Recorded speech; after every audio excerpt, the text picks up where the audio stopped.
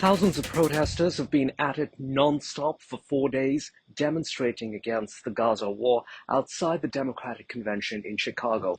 And Thursday night, they finally got to hear Kamala Harris address the issue in her much-anticipated speech as she accepted her party's nomination as president. At the same time, what has happened in Gaza over the past 10 months is devastating. So many innocent lives lost. Desperate, hungry people fleeing for safety over and over again. The scale of suffering is heartbreaking.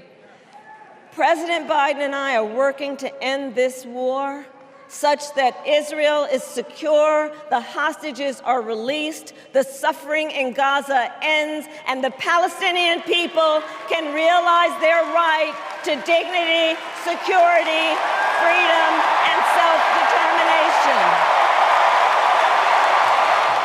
We don't get no justice, and they don't get no peace. We're gathered here today, the Coalition for the March on the DNC. We're gathered to make our voices heard first and foremost, to end the genocide against the Palestinian people that the Democratic Party for 11 months now almost has supported unequivocally. And so we're here to make the demand to end the genocide against the Palestinian people, and we also have other demands for justice. Justice in terms of stopping police crimes, immigration reform, immigration reform and economic justice, just racial justice, all these other issues as well that we're bringing to the doorstep of the Democratic Party. Meanwhile, angst on another front for pro-Palestinian protesters and activists. A request to get a Palestinian-American speaker onto the convention stage was denied. Frustrated, a small group of uncommitted delegates staged a sit-in on the pavement outside the convention hall.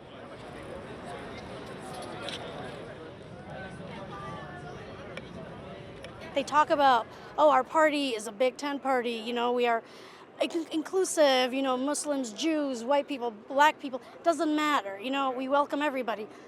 But somehow that rule doesn't apply to Palestinians? You know what I mean? that's crazy, that's insane. That's not what our values are, you know what I'm saying? So that's why I'm here. I'm here until they allow a Palestinian speaker on stage. Pro-Palestinians stepped up calls for a speaker on the Gaza war at the convention after parents of an Israeli-American hostage were invited on stage.